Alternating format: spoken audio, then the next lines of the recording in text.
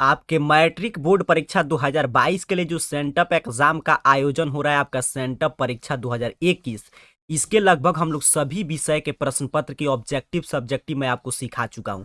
Math का सिर्फ एक सब्जेक्टिव आपका शेष था, तो अभी के इस वीडियो में हम लोग मैथ के सब्जेक्टिव प्रश्न, जितने भी दीर्घ उत्तरीय प्रश्न और लघु उत्तरीय प्रश्न अर्थात कि 2 अंक वाले और 5 अंक वाले आए हैं, उनको समझेंगे, देखेंगे कि कैसे कैसे प्रश्न है और कैसे आपको इस मैथ के प्रश्न को सॉल्व करना है। क्योंकि अगर आप ऑब्जेक्टिव देखेंगे तो समझिए आपका 50/50 वहीं से कंप्लीट हो गया, 50 में 50 स्कोर आप कर सकते हैं। मैं ऑब्जेक्टिव आपको पहले बता चुका हूं।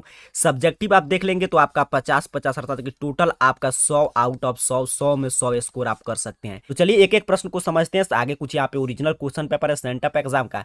यहाँ पे देखिए ये है ऑब्जेक्टिव प्रश्न की शुरुआत हो रहा है। इसका मैं बोला इसका ही नहीं, सभी विषय का मैं आपको ऑब्जेक्टिव सब्जेक्टिव सिखा चुका हूं। सिर्फ आपके इसी मैथ का शेष था, तो इस वीडियो में हम लोग कवर कर लेंगे। इसके लिए अगर आपका क्लासेस छूटा है तो इस चैनल को सब्सक्राइब करके प्लेलिस्ट सेक्शन में जाके देखिएगा।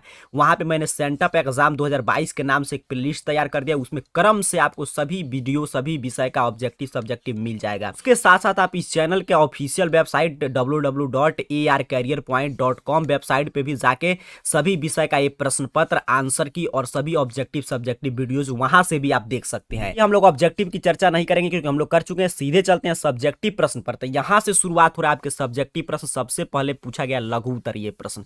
कह रहा है आपसे 1 से 30 तक लघु उत्तरीय प्रश्न है, जिसमें से किन्हीं 15 प्रश्न का जवाब देना है। इसके लिए आपको 30 अंक दिया जाएगा। 2-2 अंक का प्रश्न है। तो देखिए मैं 15 ही प्रश्न आपको बताऊंगा क्योंकि 15 ही आपको बनाना है। इसमें से वही प्रश्न बताऊंगा जो काफी महत्वपूर्ण है बोर्ड परीक्षा के लिए। पहला प्रश्न देखिए, कह रहा है द्विघात सूत्र का प्रयोग कर समीकरण x² + 6x + 5 का हल निकालें। चलिए इसको सॉल्व करते हैं कि कैसे इसे आप बनाएंगे। इसको बनाने के लिए सबसे पहले हमसे क्या पूछा है कि पहला नंबर में प्रश्न आपको बता रहा हूं, मैं 15 आपको बताऊंगा। तो पहला आपको ऐसे सॉल्व करना है, ध्यान से सीखिएगा एक एक बात को। द्विघात समीकरण दिया था x² + 6x + 5 = 0। कह रहा है कि द्विघात सूत्र का प्रयोग करके, प्रश्न में देखिए स्पष्ट रूप से लिखा है कि द्विघात सूत्र का आपको प्रयोग करके इसका मान निकालना है। तो द्विघात सूत्र तो x बराबर कितना होता है द्विघात सूत्र से, यहाँ पूरा आप लिख कर बनाएंगे, मैं आपको समझा रहा हूं। तो आप कहिएगा सर -b ± √d अर्थात कि b² - 4ac और डिवाइडेड बाई 2a। ध्यान से समझिएगा, बोर्ड एग्जाम में भी ऐसे प्रश्न आएंगे, अंक चेंज रहेगा, आप आसानी से बता सकते हैं। अब सिर्फ अपने को मान चाहिए। देखिए यहाँ पे b का मान चाहिए। तो b का मान कौन होता है सर? तो जो x का गुणांक, मैं कितना बार आपको सिखा चुका हूं, तो 6 होगा। फिर आपको a का मान कहां से मिलता है? तो जो x² का गुणांक कितना है सर? 1 है। c का मान तो जो कांस्टेंट है यहाँ पे देख लीजिए कितना है सर? 5 है। अब मान पुट करेंगे तो माइनस और b के जगह पर 6 ± √b का स्क्वायर कह रहा है अर्थात कि 6 का स्क्वायर, -4 है तो 4, a कह रहा है तो 1, c कह रहा है तो 5 और डिवाइडेड बाई यहाँ पे देखिए दिया है 2a, तो 2 और a के जगह पर कितना रखेंगे? 1। यहाँ पे मान मैं लिख दिया हूं। अब इसको सिर्फ सॉल्व करना है। तो -6 ± √ यहाँ पे कितना हो जाएगा? 36 और यहाँ पे 20 और डिवाइडेड बाई 2। अब इस साइड में इसको सॉल्व कर दे रहा हूं, ध्यान से यहाँ पे समझने का प्रयास कीजिए। यहाँ पे हो जाएगा आपका -6 और प्लस माइनस, और देखिए 36 में से यहाँ पे 20 आप माइनस करेंगे तो कितना हो जाएगा? 16 और 16 का अंडर हम लोग निकाल लेंगे तो 4 और बटा में 2। अब इसको हम लोग 2 बार अलग अलग लिख देंगे तो -6 और +4 डिवाइडेड बाई 2 और एक बार -6 -4 डिवाइडेड बाई 2। इसमें कोई कंफ्यूजन है, इसको इधर आप लोग लिख सकते हैं। अब यहाँ पे देखिए जगह का मैं यहीं पे सॉल्व कर दे रहा हूँ। -6 और +4 कीजिएगा तो कितना होगा? तो कहिएगा सर -2 और -2 में 2 से भाग दीजिएगा तो -1। बिल्कुल सही, उम्मीद करता हूँ मेरे बात को आप समझ पा रहे हैं। और 6 में -4 जोड़िएगा तो -10 और -10 में 2 से डिवाइड कर देंगे तो कितना हो जाएगा सर? -5। अर्थात कि इस प्रश्न का राइट आंसर आ जाएगा -15। ऐसे आप बना देंगे क्योंकि कहा था सीधे द्विघात सूत्र का प्रयोग करना है आपको। प्रश्न जिस रूप में कहे उसी रूप में बनाना चाहिए। आपको एग्जामिनर चेक करके 2 अंक दे देगा। उम्मीद करता हूं इस प्रश्न को आप समझे होंगे, कोई दिक्कत नहीं। ऐसे आप स्क्रीनशॉट भी ले सकते हैं। चलिए इसको हम लोग मिटाते हैं। दूसरा नंबर प्रश्न देखते हैं कैसा पूछा है, उसे कैसे आप बनाएंगे। तो फिर पीछे आते हैं प्रश्न पे। दूसरा प्रश्न देखिए आपसे इस तरह कह रहा है 2.6 के ऊपर बार दिया है, कह रहा है इसे परिमेय संख्या के रूप में अर्थात कि p/q के रूप में लिखिए। ये भी प्रश्न महत्वपूर्ण है। ऐसे प्रश्न खूब ऑब्जेक्टिव सब्जेक्ट ऑब्जेक्टिव में आते हैं। चलिए इसको भी सॉल्व करते हैं, कैसे इसको आप बनाएंगे। क्वेश्चन नंबर 2 को हम लोग अब सॉल्व कर रहे हैं। आपको 15 ही बनाना है। तो क्वेश्चन नंबर दूसरा क्या पूछा था कि 0.6 के ऊपर बार। तो देखिए अगर ये ऑब्जेक्टिव में पूछता, मैं यहाँ पे ध्यान से आपको समझा दे रहा हूँ, अगर ऑब्जेक्टिव में पूछता तो आप क्या करते, तो अब तो बनाने की आवश्यकता नहीं, तो 6 और जितना पे बार रहता है उतना 9 कटा देते, 2/3 सीधे आंसर हो जाता। लेकिन कब, जब ऑब्जेक्टिव पूछता। लेकिन यहाँ पे 2 अंक में पूछा है तो हम लोग ऐसे नहीं बनाएंगे, मैं सिर्फ आपको समझाया हूं। अब चलिए सब्जेक्टिव में कैसे बनाएंगे। तो हम मान लेते हैं कि माना कि x बराबर 0.6 के ऊपर बार, या इसे ही हम लिखेंगे x बराबर, बार का मतलब क्या होता है, 6 बहुत बार आया है, रिपीट कर रहा है, अनंत है, तो 6 6 6 ऐसे जितना मर्जी उतना लिख के आप डैश दे सकते हैं। अब एक अंक हमको इस 6 को इधर भेजना है, तो हम क्या करेंगे, 10 से गुना करेंगे। तो वहीं यहाँ पे आपको लिख देना है, ध्यान से समझ लीजिएगा कि बोथ साइड अर्थात कि दोनों तरफ 10 से गुना करने पर, बस ऐसे ही एक एक स्टेप फॉलो कीजिए। देखिए मैं हर विषय का आपको सिखा चुका हूं, ऑब्जेक्टिव सब्जेक्टिव मैथ का मैंने सोचा क्यों शेष रहेगा ये भी बता दिया जाए। भले ही आपका एग्जाम बीत चुका है लेकिन सभी प्रश्न को आप जरूर सॉल्व कर लीजिएगा। अब देखिए दोनों तरफ जब हम 10 से गुना करेंगे सर, तो x में 10 से गुना करेंगे तो कितना होगा, कहिएगा सर 10x, बिल्कुल सही। इसमें आप 10 से गुना कीजिएगा तो कितना होगा, तो एक 6 इधर आ जाएगा, अर्थात कि 6.666, 6 का कोई कमी हमारे पास है नहीं, अनंत है। या 10x बराबर, इसको कितना लिख सकते हैं, तो कहिएगा सर इसको हम लोग लिख सकते हैं 6 + 0.666, का तो कोई कमी नहीं अपने पास, अनंत हम लोग रखे हैं।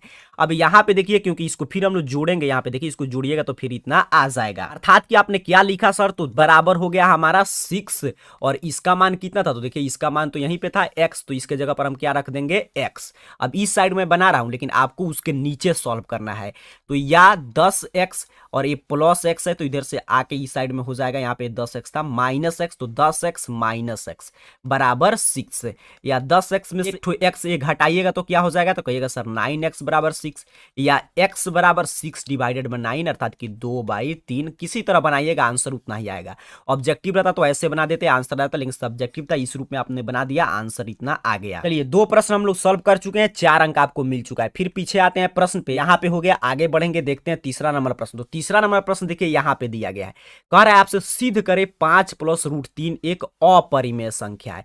ये भी प्रश्न काफी महत्वपूर्ण है, चलिए मैं इसको भी आपको सिखा दे रहा हूं, तो ध्यान से समझिएगा कितना नंबर क्वेश्चन था, तो क्वेश्चन नंबर 3 था। तो चलिए इसको हम लोग सॉल्व करते हैं। आप जानते हैं पूछा था अपरिमेय सिद्ध करने के लिए, तो हम उसे सबसे पहले क्या मानेंगे, तो कहिएगा सर मानेंगे परिमेय। तो वही मान लेते हैं जितना सवाल दिया था कि माना कि परिमेय संख्या है, हमने मान लिया कि 5 + √3 क्या है, एक परिमेय संख्या है। तो ऐसे ही आप मानेंगे वैसे ही 5 + √3 बराबर क्या हो जाएगा, तो कहिएगा सर a/b हो जाएगा, चाहे p/q हो जाएगा, क्योंकि परिमेय संख्या इसी रूप का होता है जहां a और b अभाज्य पूर्णांक है। पूरा आपको लिखना पड़ेगा इसको, तो आप जानते हैं ऐसे सवाल में हम जरूर लिखते हैं, और b बराबर नहीं है 0, अर्थात कि वहीं जो आप लिखते हैं कि a और b का एक का अतिरिक्त कोई अभाज्य गुणनखंड नहीं है, वही बात हम लोग लिखे हैं, सहभाज्य पूर्णांक का मतलब उतना ही होता है, और b बराबर नहीं है 0। अब यहाँ पे देखिए या √3 बराबर, तो a/b और a +5 है, तो इस साइड में आके क्या हो जाएगा -5। यहाँ पे ध्यान से समझिएगा कि चूंकि a और b क्या है, पूर्णांक है। देखिए यहाँ पे हम लोग माने थे सहभाज्य पूर्णांक है, तो जब a और b पूर्णांक है तो a b का हम कुछ भी मान रखेंगे और 5 घटाएंगे तो क्या होगा, परिमेय संख्या। तो इसलिए हम क्या कहेंगे, a/b - 5 एक परिमेय संख्या है। इसका a b का कोई भी आप मान रख के चेक कर सकते हैं, क्या आएगा, परिमेय संख्या ही आएगा, परिमेय संख्या है। इसलिए अब देखिए जानते हैं आप LHS बराबर क्या होता है, RHS, अर्थात कि इस साइड परिमेय, तो इस साइड परिमेय के बराबर, यहाँ पे √3 का कुछ भी माना है लेकिन परिमेय आना चाहिए। इसलिए हम लोगों ने क्या कहा कि √3 भी एक परिमेय संख्या होगा, क्योंकि LHS बराबर RHS समीकरण का रूल यही कहता है। तो एक ये भी क्या होगा, परिमेय संख्या होगा, जो कि आप जानते हैं क्या है। तो यहीं पे वही आपको लिख देना है कि जो कि गलत है। इसके नीचे में यहाँ पे बता देना, आप लिख लीजिएगा, यहाँ पे आपको क्या लिखना है कि जो कि गलत है, कि हम जानते हैं कि √3 कौन संख्या है, एक अपरिमेय संख्या है। तो ऐसा विरोधाभास हमें क्यों मिल रहा है, क्योंकि हमने गलत मान लिया था, यहाँ पे देखिए गलत मान लिया था, अतः 5 + √3 क्या है, एक अपरिमेय संख्या है। लिख दीजिएगा, आंसर हो जाएगा। उम्मीद करता हूं आप पूरा इसको समझे होंगे। यहां तक लिखना है फिर यहाँ पे क्या लिखना है आपको कि जो कि गलत है, क्योंकि हम जानते हैं कि √3 कौन संख्या है, अपरिमेय संख्या है। तो ये विरोधाभास हमारी गलत मान्यता के वजह से प्राप्त हो रहा है, अतः हमारी मान्यता गलत थी। और फिर यहीं पे लिख दीजिएगा कि इसलिए 5 + √3 कौन संख्या है, एक अपरिमेय संख्या है। ऐसे आप बना देंगे, आपको 2 में 2 अंक मिल जाएगा। हमारा प्रश्न भी देखिए काफी महत्वपूर्ण है, इसको भी समझते हैं क्योंकि ऐसे खूब ऑब्जेक्टिव सब्जेक्टिव पूछे जाते हैं। कह रहा है आपसे कि यदि बहुपद ax² - 6x - 6 के शून्य का गुणनफल 4 हो का मान बताइए। अर्थात कि देखिए गुणनफल दिया है, यहाँ पे ध्यान से याद रखिएगा। चलिए इसको सॉल्व करते हैं। क्वेश्चन नंबर कितना था हमारा 4, तो 4 को हमको सॉल्व करना है। यहाँ पे हमको बहुपद दिया था, क्या दिया था सर, तो ax² - 6x - 6 ये दिया था। उसके बाद कहा था कि शून्यकों का गुणनफल, अपने से क्या कहा था कि शून्यकों का गुणनफल प्रश्न में दे दिया था। लीजिए एक बार कितना दिया है, तो यहाँ पे ठीक है ax² - 6 - 6 और गुणनफल कह रहा है 4 है। यहाँ पे गुणनफल हमको दे दिया है 4। अब पूछा है तो आप जानते हैं शून्यकों का गुणनफल अर्थात कि अल्फा इंटू बीटा बराबर दिया है 4। तो अल्फा इंटू बीटा कितना होता है, तो कहिएगा सर c बटा में, फॉर्मूला पे याद किए होंगे c बटा a बराबर 4 या c, तो c जो कांस्टेंट होता है तो देखिए कितना है -6। a तो a यहाँ पे कितना है, a ही है, तो यहाँ पे हो जाएगा आपका 4। देखिए मैं इस साइड सॉल्व कर दे रहा हूँ। अब तो कुछ नहीं है, इसके नीचे कुछ नहीं है, बाटा में 1 है, तिरछा तिरछी गुना कर देंगे अर्थात कि 4a बराबर -6 या a बराबर -6 डिवाइडेड बाई 4, इसको कटा देंगे, हो जाएगा -3/2 आंसर हो गया। इस तरह आप सॉल्व कर देंगे, आपका 2 अंक इसके लिए भी मिल जाएगा। 4 प्रश्न में आपको बता दिया। 5वां नंबर प्रश्न भी बिल्कुल आसान है, ऐसे ऐसे प्रश्न आपको नहीं छोड़ना चाहिए क्योंकि आसान प्रश्न। देखिए इसमें एक और चीज सीखिएगा, ये ऑफलाइन क्लास में भी छात्रों की तरफ से प्रश्न रहता है कि देखिए हमको 30 है, इसमें से 15 बनाना है। अब काफी प्रश्न है कि हो सकता है कि हमको 25 आता हो तो हम कौन छोड़े। तो देखिए इसमें जो कठिन कठिन प्रश्न जो आपको लगता है, जिस पर आपको संदेह हो कि ये गलत हो सकता है, उसको छोड़ देना चाहिए। क्योंकि अगर इसमें आप सबसे कठिन प्रश्न बनाएंगे तभी आपको 2 ही मिलेगा, सबसे इजी बनाएंगे तभी 2 ही मिलेगा। तो ऐसे प्रश्न बनाना है जिस पर रिस्क कम हो, तो ऐसे ऐसे प्रश्न को नहीं छोड़ना चाहिए। चलिए 5 नंबर प्रश्न देखिए क्या कर रहा है, समीकरण x + 2y = 9 के लिए प्राकृत संख्याओं के समुच्चय में हल लिखें। चलिए इसको सॉल्व करने के लिए सबसे पहले इसको हम लोग मिटाते हैं और यहाँ पे हमारा था कितना, क्वेश्चन नंबर आपका 5 ना दिया है, तो कहिएगा सर x + 2y = 9 एक समीकरण दिया है, x + 2y = 9। अब कह रहा है कि प्राकृत संख्याओं का समुच्चय, तो यहाँ पे लिख दीजिए प्राकृत संख्याओं का समुच्चय कितना होता है, तो प्राकृत संख्या का समुच्चय 1 2 आप जानते हैं, 3 4 इस हम n से डिनोट करते हैं और ऐसे ही बढ़ते बढ़ते अनंत तक चला जाता है। अब कह रहा है कि इसका हल निकालना है, तो सबसे पहले समीकरण को ऐसे सॉल्व करेंगे। तो या 2y बराबर कितना होगा, तो 9 - x, समझ रहे हैं आप, ये प्लस था इस साइड हो गया माइनस, या y बराबर 9 - x डिवाइडेड बाई 2 ऐसे हो गया, या आप x को रखकर y को भी भेज सकते थे, कोई दिक्कत नहीं। अब देखिए अब एक एक मान हम लोग पुट करेंगे, तो हम कह सकते हैं कि जब x बराबर 1, आप कोई भी इसमें से रख सकते हैं, अनंत तक है कोई भी आप रख सकते हैं। तो जब x बराबर 1 तब y बराबर कितना होता है, तो कहिएगा 9 - 1/2 बराबर हमारा हो जाएगा 8/2 अर्थात कि 4। इसी तरह आप कोई भी मान लिख सकते हैं, जैसे मान लीजिए जब x बराबर 2, अब y बराबर कितना होगा सर, तो y बराबर होगा 9 - 2/2, 9 में से 2 घटाइएगा 7/2 ऐसे हो जाएगा। इसी तरह आप कोई भी मान निकाल सकते हैं, ऐसे लिख भी सकते हैं कि यहाँ पे समुच्चय के लिए पूछा था, तो जब x बराबर है 1 अर्थात कि 1 तो 4, फिर y का फिर 2 तो 7/2, ऐसे कितना निकालेंगे सर, तो 3 निकाल सकते हैं, उससे ज्यादा निकालने की आवश्यकता नहीं है क्योंकि ये 2 अंक का ही प्रश्न है।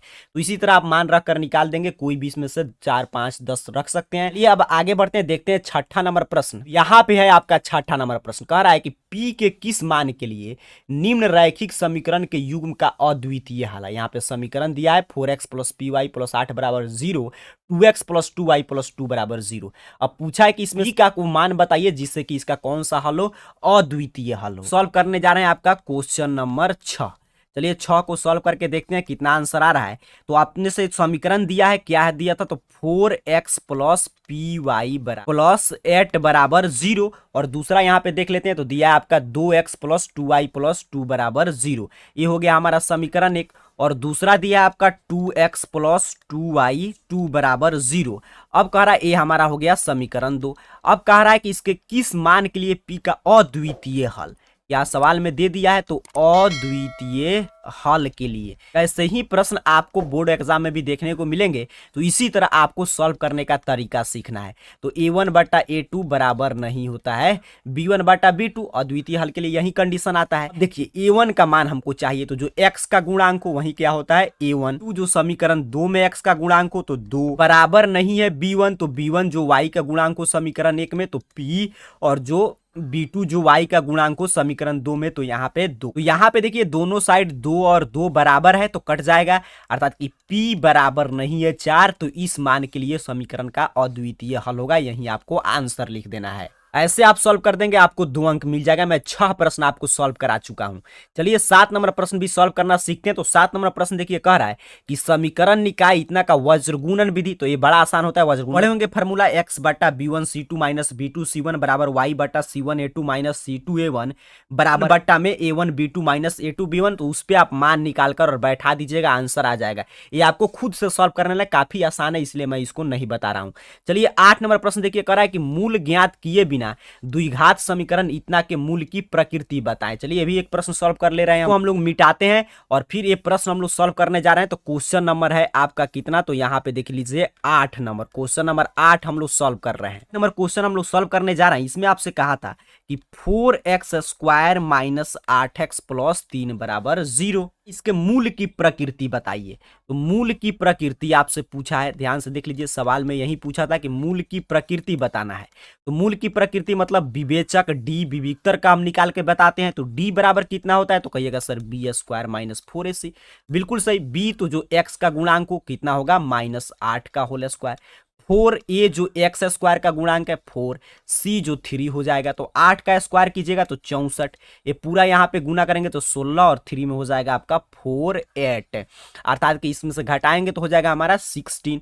तो यहाँ से हमको क्या दिखाई दिया कि d जो है 0 से बड़ा है, पॉजिटिव है। तो जैसे ही d का मान अर्थात कि विविक्तर विवेचक डिस्क्रिमिनेंट का मान 0 से ज्यादा होता है, वैसे ही हम क्या कहेंगे कि इसके मूल की प्रकृति हम बता देंगे, कहेंगे कि 2 इसका भिन्न मूल होगा और उसके साथ साथ 2 और जो मूल होंगे वास्तविक होंगे, वास्तविक और 2 भिन्न मूल प्राप्त होंगे। आंसर आपको पूरा डिटेल में लिखना है, मैं सिर्फ आपको समझा रहा हूं। 8 तक मैं आपको 7 सॉल्व करा दिया और आप कोई भी प्रश्न इसमें छोड़ सकते हैं, कोई भी बना सकते हैं। पढ़ते हैं, देखते हैं 9 नंबर प्रश्न आपसे क्या पूछ रहा है।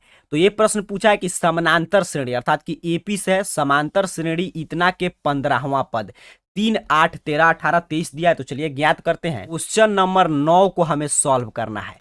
तो 9 को आप सॉल्व कीजिएगा। तो कहा था कि एक समांतर श्रेणी अर्थात कि एपी दिया था 3, 8, 13, 18 ऐसे ही दिया था। कह रहा है कि इसका 15वां पद, तो ए हमें मालूम है 3, डी मालूम हो जाएगा 8 - 3 कितना हो गया सर 5। अब पूछा था कि 15वां पद, तो एन का फॉर्मूला भी लगा सकते हैं, या आप जानते हैं 15वां पद कितना होता है, तो कहिएगा सर a + 14d, बिल्कुल सही। हमारा हो गया 3, 14 उसी तरह d हो गया 5। तो 3 और 14 में 5 से हम गुना करेंगे 70 और 73 आंसर हो जाएगा इसका 15वां पद। या इस फार्मूला पे भी निकाल सकते थे, n का मान 15 दिया था तो an बराबर a + n - 1 × 2, कैसे भी बनाइएगा 73 ही आंसर आएगा। 9 नंबर भी प्रश्न हम लोग सॉल्व कर चुके हैं, मैं आपको 8 प्रश्न बता दिया हूं। ये बात करते हैं 10 नंबर प्रश्न पे। देखिए काफी शानदार प्रश्न है। नंबर प्रश्न देखिए आपसे क्या पूछ रहा है कि त्रिभुज ABC में PQ समानांतर है BC, AP बराबर 8 सेंटीमीटर, AB 12, AQ 3 सेंटीमीटर तथा QC इतना सेंटीमीटर हो तो X का मान निकाले। काफी अच्छा प्रश्न है, चलिए इसको सॉल्व करना सीखते हैं। क्वेश्चन नंबर 10 और 10 को मैं सॉल्व करने जा रहा हूं। ध्यान से एक एक प्रश्न को समझिए, बड़ा ही शानदार प्रश्न है। तो प्रश्न में देखिए क्या कह रहा है कि एक त्रिभुज ABC है, ऐसे यहाँ पे एक मैं त्रिभुज बना दे रहा हूं, इसका नाम मान लीजिए हमने दे दिया ABC। अब कह रहा है इसके समानांतर एक भुजा है जिसका नाम है PQ, ऐसा सवाल में दिया था। यहाँ पे देखिए और भी मान दिया है कि AP कितना है, AB कितना है, तो इसको हम लोग लिखते हैं। तो हमारा AP दिया है 8 सेंटीमीटर, ये प्रश्न में दिया है। अच्छा, उसके साथ आपका AB दिया है 12 सेंटीमीटर, फिर आपका AQ दे दिया है, AQ का मान दिया है 3 सेंटीमीटर, फिर आपका C का मान दे दिया है +2 सेंटीमीटर।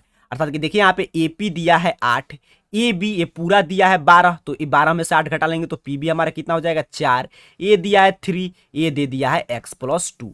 अब देखिए अब कह रहा है आपसे प्रश्न में कि चूंकि त्रिभुज ABC में नीचे लिखा है आपका कि सी समानांतर है पी क्यू, अर्थात कि पी क्यू समानांतर है बी सी। ये देखिए दोनों यहाँ पे समानांतर रेखा है, तो आप जानते हैं कौन सा प्रमेय लगेगा, यहाँ पे आधारभूत समानुपातिकता प्रमेय, इसका दोनों का अनुपात बराबर होगा, अर्थात कि इसलिए एपी बट्टा में पीबी बराबर होगा ए क्यू बट्टा में यूसी के या सी क्यू के बराबर होगा।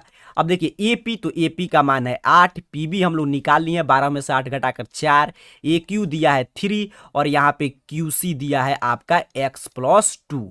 अब इसको हम लोग सॉल्व कर लेंगे, तो यहाँ पे इसको कटा दे रहे हैं, जब आसानी से प्रश्न बन जाए तो ये 2 हो गया, ये 1 हो गया और यहाँ पे हम लोग तिरछा तिरछी गुना कर देंगे। देखिए जहाँ पे कटने वाला हो मैथ में कटा देना चाहिए, ताकि इससे क्या होगा कि कैलकुलेशन करना पड़ेगा। तो यहाँ पे तिरछा तिरछी ऐसे मल्टीप्लाई कर देंगे, तो यहाँ पे 2 से x में गुना करेंगे तो 2x + 4 बराबर हो गया 3, या 2x बराबर 3 - 4, या x is equal to -1 divided by 2। इतना ही क्या हो गया, x का मान है। ऐसे खूब ऑब्जेक्टिव और सब्जेक्टिव प्रश्न पूछे जाते हैं, ऐसे आपको सॉल्व कर देना, आपको 2 में 2 अंक मिल जाएगा। चलिए हम लोग 10 नंबर प्रश्न भी सॉल्व कर लिए। 11 नंबर प्रश्न देखिए, ये भी महत्वपूर्ण है। कह रहा है कि यदि tan थीटा बराबर इतना, तो इसका मान बताइए। tan थीटा का मान दिया है x/y, तो p और b का मान दिया है h, आप निकालकर मान बैठा देंगे, आंसर आ जाएगा। तो इसको आपको खुद से सॉल्व करना है, मैं आपको 15 ही बताऊंगा क्योंकि 15 ही आपको सॉल्व करना है। चलिए आगे बढ़ते हैं। जैसे 12 नंबर प्रश्न देखिए मैं नहीं बता रहा हूं क्योंकि आप जानते हैं इसमें सिर्फ sin 30 tan 45 का मान आपको पुट करके जोड़ घटाव कर देंगे, आंसर निकल जाएगा। ये भी आप बना लीजिएगा खुद से, क्योंकि 30 में से 15 ही आपको बनाना है, तो मैं 15 आपको बता रहा हूं महत्वपूर्ण। बाकी जो आसान आसान टाइप प्रश्न है आप खुद से सॉल्व कर लेंगे। अब 13 नंबर प्रश्न देखिए, कह रहा है कि किसी वृत्त की परिधि 22 सेंटीमीटर है, तो उसके चतुर्थांश का क्षेत्रफल कितना होगा। बड़ा शानदार प्रश्न है, चलिए इसको सॉल्व करते हैं। क्वेश्चन नंबर था 13। कह रहा है आपसे कि वृत्त की परिधि दिया है। ध्यान से एक एक बात को सीखिएगा, क्योंकि देखिए मैथ यही है, ध्यान से जो भी छात्र देखता है क्लास अंत तक, उनको एक एक प्रश्न कॉन्सेप्ट क्लियर होगा तो एग्जाम में गलत नहीं होगा। फाइनल बोर्ड एग्जाम में भी ऐसे पैटर्न पे ही प्रश्न रहते हैं, तो आपको ये अगर समझे रहेंगे तो वहां पे दिक्कत नहीं होगा। अब कह रहा है वृत्त का परिधि दिया है 22 सेंटीमीटर। अब वृत्त के परिधि का फॉर्मूला आप जानते हैं कितना होता है, कहिएगा सर 2πr बराबर 22, बिल्कुल सही। आर हमको त्रिज्या निकालना पड़ेगा, तो आर बराबर 22/2π, गुना में था तो इस साइड में आकर हो गया भाग में। अब इसको सॉल्व कर लेते हैं, तो 22/2 और पाई का मान कितना होता है, कहिएगा 22/7, तो 7 ऊपर से कहां चल जाए, नीचे से कहां चला जाएगा, ऊपर। 22 से 22 कैंसिल, अर्थात कि आर हमने निकाल दिया सर 7/2 सेंटीमीटर। अब देखिए प्रश्न पे चलते हैं। अब प्रश्न अपने से क्या पूछा है कि उसके वृत्त के चतुर्थांश का क्षेत्रफल। जानते हैं कि वृत्त के चतुर्थांश अर्थात कि वृत्त के क्षेत्रफल का 1/4, तो वृत्त का क्षेत्रफल होता है πr², तो इसका 1/4 कर देंगे। अब मान पुट करना है तो 1/4 उसी तरह रहने देते हैं। पाई का मान 22/7, r², तो r हमने अभी निकाल दिया 7/2 और 7/2 क्योंकि स्क्वायर है। अब जो कटने वाला है उसे कटाएंगे तो 7 से 7 कट गया। यहाँ पे देखिए 22 से 2 से यहाँ पे 22 कट जाएगा 11, ऊपर गुना करेंगे तो हमारा आ गया 77, नीचे बचा 8, भाग दे देंगे पे आपका आ जाएगा 9.625 सेंटीमीटर स्क्वायर, क्योंकि क्षेत्रफल स्क्वायर में ही होता है। इतना आसान प्रश्न था, ऐसे आप सॉल्व कर लेंगे, आपको 2 में 2 अंक मिल जाएगा। उम्मीद करता हूं इस प्रश्न को भी आप समझे होंगे। चलिए पीछे की तरफ बढ़ते हैं, देखते हैं प्रश्न को। तो 13 नंबर प्रश्न भी मैं आपको सॉल्व करा चुका। 10 नंबर प्रश्न था जो आपको सॉल्व करना है, 15 उसी हिसाब से 10वां प्रश्न मैंने आपको सॉल्व कराया। अब 14 नंबर प्रश्न देखिए, कह रहा है कि यदि बिंदु Q0 एक बिंदु इतना और इतना से समदूरस्थ है तो x का मान ज्ञात करें। बड़ा शानदार प्रश्न है, ऐसे प्रश्न भी खूब पूछे जाते हैं, तो चलिए इसको भी सॉल्व करते हैं। तो इसको पहले मिटाते हैं हम लोग, अब सॉल्व करेंगे क्वेश्चन नंबर 14 और आपको बनाना है 15, तो हम लोग उस हिसाब से बनाने के हिसाब से देखें तो मैं काफी प्रश्न छोड़ा भी हूं आपके लिए होमवर्क के तौर पे, तो उस तरह अगर देखा जाए तो 11 नंबर प्रश्न हम लोग सॉल्व करने जा रहे हैं। अब कह रहा है कि एक बिंदु दिया था अपने से Q जिसका निर्देशांक था 0 1, कहा कि बिंदु एक और है P जिसका निर्देशांक है 5 - 3, और एक और बिंदु था R का निर्देशांक था x6। कहा था प्रश्न में, मैं प्रश्न लिख रहा हूं कि ये है समदूरस्थ। यहां से मैं इसको सॉल्व करूंगा, ध्यान से समझिएगा। अब समदूरस्थ का मतलब क्या होता है कि Q से जितना दूरी पर P है उतना ही दूरी पर Q से R है, अर्थात कि QP बराबर है QR, दोनों के बीच की दूरी बराबर है। अब बीच की दूरी हम कैसे निकालते हैं सर, तो याद होगा फार्मूला, मैं फार्मूला यहाँ पे नहीं लिखने जा रहा हूं, मैं सीधे सॉल्व करूंगा कि √x2 - x1, तो QP निकाल रहे हैं, Q और P के बीच की दूरी, तो इतना ही से मतलब रखेंगे। x2 माइनस x1 अर्थात कि 5 माइनस 0 का होल स्क्वायर और प्लस y2 माइनस y1 होता है तो y2 कितना है यहाँ पे देखिए -3 और -1 का होल स्क्वायर बराबर होगा QR। तो Q से R की दूरी अर्थात कि फिर इसमें भी x2 माइनस x1 का होल स्क्वायर और प्लस y2 माइनस y1 का होल स्क्वायर। ऐसे कितना प्रश्न मैं आपको बिहार टॉपर सीरीज में भी सिखा चुका हूं, इसलिए मैं बोलता हूं जो भी इस चैनल पे क्लास आ रहा है वो काफी महत्वपूर्ण है आपके बोर्ड परीक्षा 2022 के लिए, तो एक एक क्लास को ध्यान से समझिएगा। अब देखिए 5 का स्क्वायर करेंगे 25, क्योंकि 0 घटाएंगे 5 बचेगा। -3 माइनस से कितना हो जाएगा -4 और -4 का स्क्वायर करेंगे तो 16 और बराबर अंडर रूट x का स्क्वायर करेंगे तो x में से घटाइएगा 5, 5 का स्क्वायर 25। अब यहाँ पे देखिए दोनों साइड वर्गमूल है तो वर्गमूल कट जाएगा, क्योंकि हम लोग दोनों साइड स्क्वायर करते हैं, वर्गमूल भाग जाता है। अब 25 प्लस 16 बराबर कितना बचा x स्क्वायर प्लस 25। ये प्लस इधर आके माइनस आके इसको 0 कर देगा अर्थात कि x बराबर कितना बचा अंडर रूट 16 बराबर 4 आंसर हो जाएगा। तो x का मान पूछा था तो +-4 आंसर आपने निकाल दिया। इसी तरह समदूरस्थ में क्या होता है, दोनों दूरी बराबर होता है, तो यही कॉन्सेप्ट लगाकर आप एग्जाम में कोई भी अंक देगा आप इसे सॉल्व कर सकते हैं। आगे देखते हैं अगला प्रश्न 15 नंबर प्रश्न। देखिए काफी महत्वपूर्ण है, त्रिभुज से प्रश्न है, मैं आपको जरूर बताऊंगा क्योंकि ऐसे प्रश्न खूब पूछते हैं। ये सिद्ध करने वाला प्रश्न है। कह रहा है कि त्रिभुज ABC की भुजा BC पर D एक बिंदु इस प्रकार से है कि कोण ADC बराबर कोण BAC, तो सिद्ध करें CA स्क्वायर बराबर CB गुने CD। ये सबसे पहले इसके लिए आपको त्रिभुज एक बनाना होगा, जिसमें कह रहा है कि ABC त्रिभुज और BC पर D एक बिंदु इस प्रकार है। यहाँ पे मैं इसको सॉल्व करके आपको समझाऊंगा। बड़ा शानदार प्रश्न है। क्वेश्चन नंबर 15 को हम लोग सॉल्व कर रहे हैं और ऐसे आपको 15 ही बनाना है, लेकिन क्वेश्चन नंबर 15 हम लोग 12 नंबर प्रश्न में 12वां ये सिद्ध कर रहा हूं। तो यहाँ पे देखिए पहले एक त्रिभुज बनाएंगे। त्रिभुज में क्या दिया है, तो यहाँ पे कहा था कि A और यहाँ पे अपना B और यहाँ पे है C, और कह रहा है इस पे एक ऐसे D लंब इस प्रकार है BC पर कि A वाला कोण कहा था आपका D जो कोण है ADC ये बराबर था ये बड़ा वाला कोण के। यहाँ पे देख लीजिए प्रश्न में कहा था ये इसके बराबर है। अब ध्यान से देखिएगा और फिर मैं बता दे रहा हूँ ये प्रश्न पत्र भी आप डाउनलोड करके एक एक चीज समझ सकते हैं, क्योंकि ये प्रश्न पत्र पूरा arcareerpoint.com वेबसाइट पे सभी विषय का प्रश्न पत्र आंसर की ऑब्जेक्टिव सब्जेक्टिव अपलोड हो चुका है, तो वहां से जाकर जरूर डाउनलोड करके सॉल्व करने का प्रयास कर लीजिएगा। यही कहा है कि आपने कुछ सिद्ध करना है, तो यहाँ पे देखिए CA स्क्वायर बराबर CB गुने CD। तो यहाँ पे मैं लिख दे रहा हूँ ताकि हम लोग को आगे क्लियर रहे कि हमें क्या सिद्ध करना है। तो यहाँ पे देखिए सवाल में दिया है सिद्ध करना है, बड़ा शानदार प्रश्न है कि AC स्क्वायर बराबर BC गुने CD, यही अपने को सिद्ध करना है। अब यहां से मैं इसको सॉल्व करूंगा कि इतना हमको ला देना है। अब देखिए दो त्रिभुज है, त्रिभुज ABC जो बड़ा वाला त्रिभुज आपको दिखाई दे रहा है, तो त्रिभुज ABC ADC लेकर चल रहा है। ये देखिए ADC ये छोटा वाला त्रिभुज और ये बड़ा वाला त्रिभुज ABC। तो इसमें आपको सबसे पहले दिया है प्रश्न में क्या दिया था कि कोण ADC बराबर है कोण BAC के। ये देखिए कहां से मैंने लिखा, तो इस सवाल में दिया है कि ये जो कोण A है बड़ा वाला कोण ये छोटा वाला कोण D के बराबर है। हमने लिख दिया, ये प्रश्न में दिया था।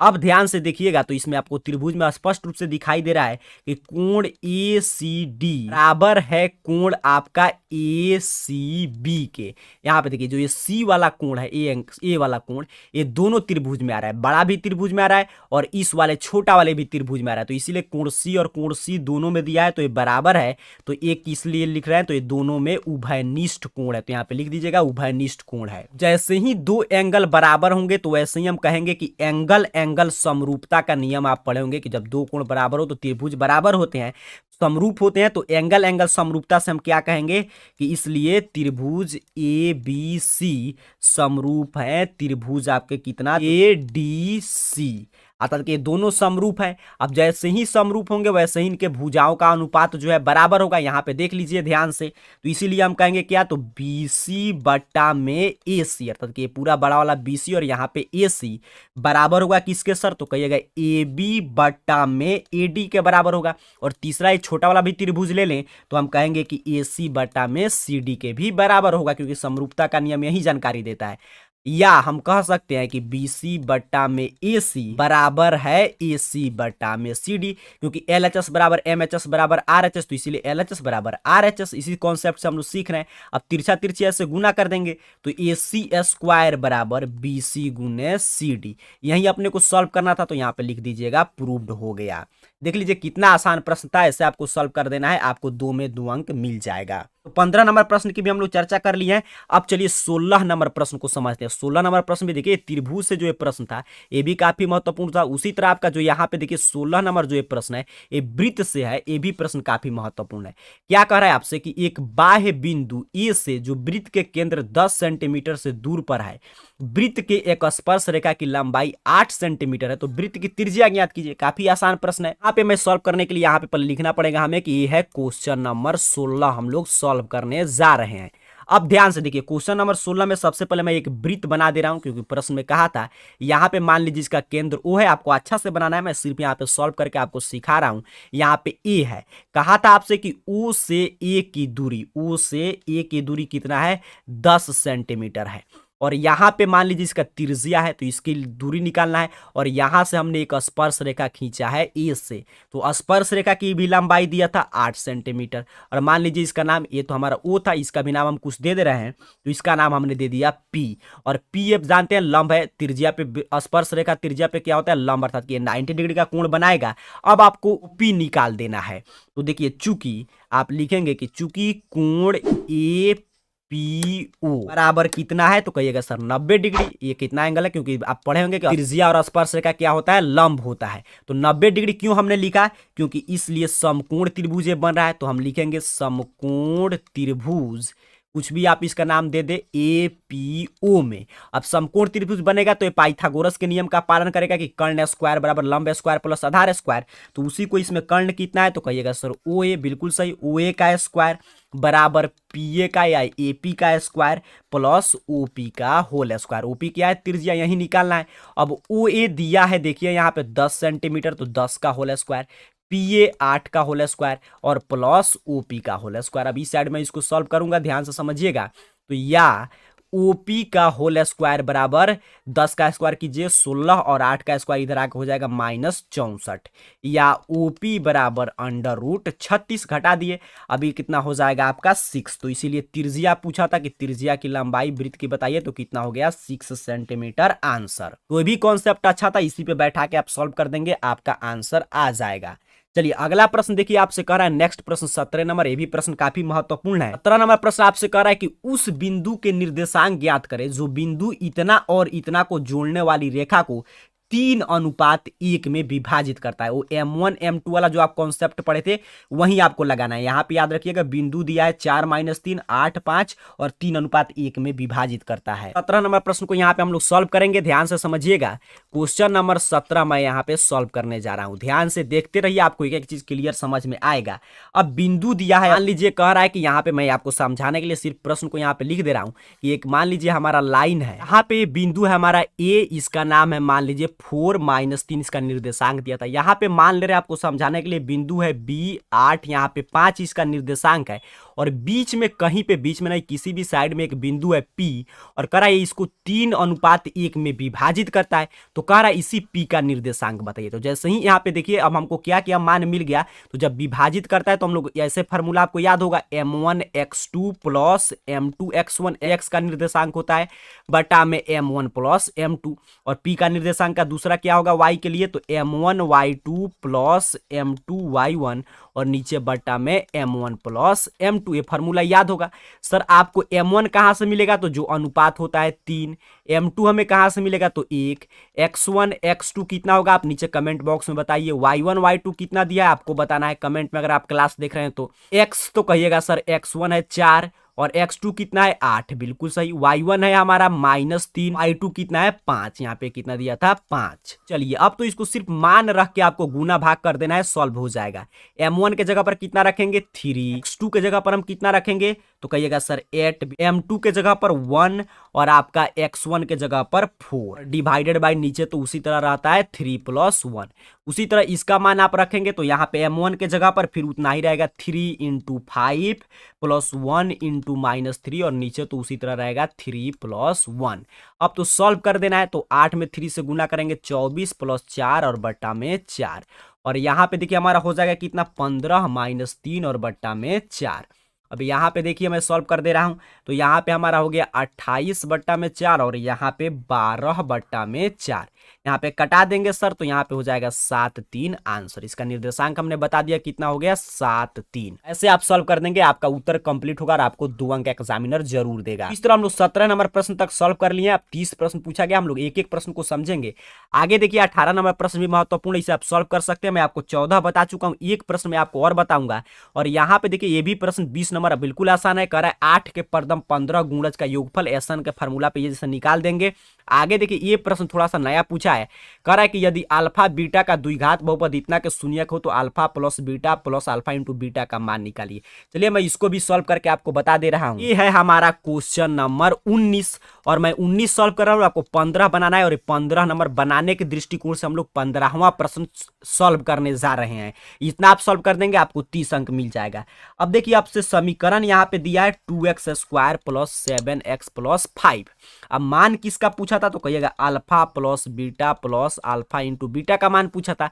अब देखिए अब दो तरीका है, एक तरीका है कि इसी के शून्यक है तो इसको आप हल करेंगे, शून्यक निकालेंगे, फिर यहाँ पे मान बैठाएंगे। दूसरा तरीका है कि फॉर्मूला शून्यकों का योगफल और शून्यकों का गुणनफल, तो इसी पे हम बना दे रहे हैं। किसी तरह बनाइएगा आंसर बिल्कुल सेम आएगा। तो शून्यकों का गुणनफल कितना होता है तो कहिएगा सर -b/a, बिल्कुल सही योगफल हो गया -b/a। गुणनफल कितना होता है कहिएगा सर c/a।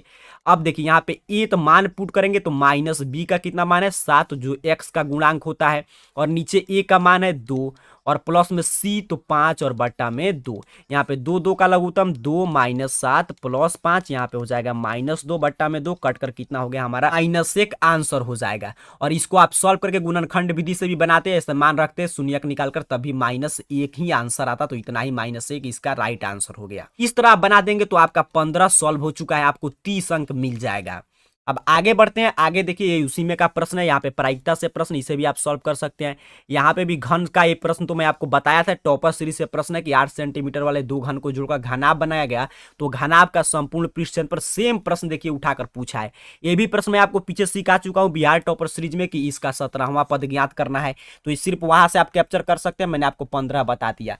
आगे देखिए ये भी मैं आपको बताया हूँ यूक्लिड विभाजन से कैसे निकालते हैं। यहाँ पे सिद्ध करने वाला प्रश्न है, यहाँ पे आपको दर्शाना है कि इसका संरेखीय है, तो ये भी प्रश्न सेम मैं बताया था दूरी सूत्र का प्रयोग करके। इससे बनने वाले त्रिभुज का क्षेत्रफल कितना होता है 0, तो ये भी आप बता सकते हैं। अब बढ़ेंगे तो देखते हैं आगे। देखिए यहाँ पे पूछा है आपका माध्य निकालना है, और फिर कह रहा है कि ऐसे 40 धन पूर्णांक का योग ज्ञात कीजिए जो 6 से विभाजो। एसन का फार्मूला लगेगा, यहाँ पे संरेख वाला फिर कॉन्सेप्ट आ गया, फिर यहाँ पे सिद्ध करना।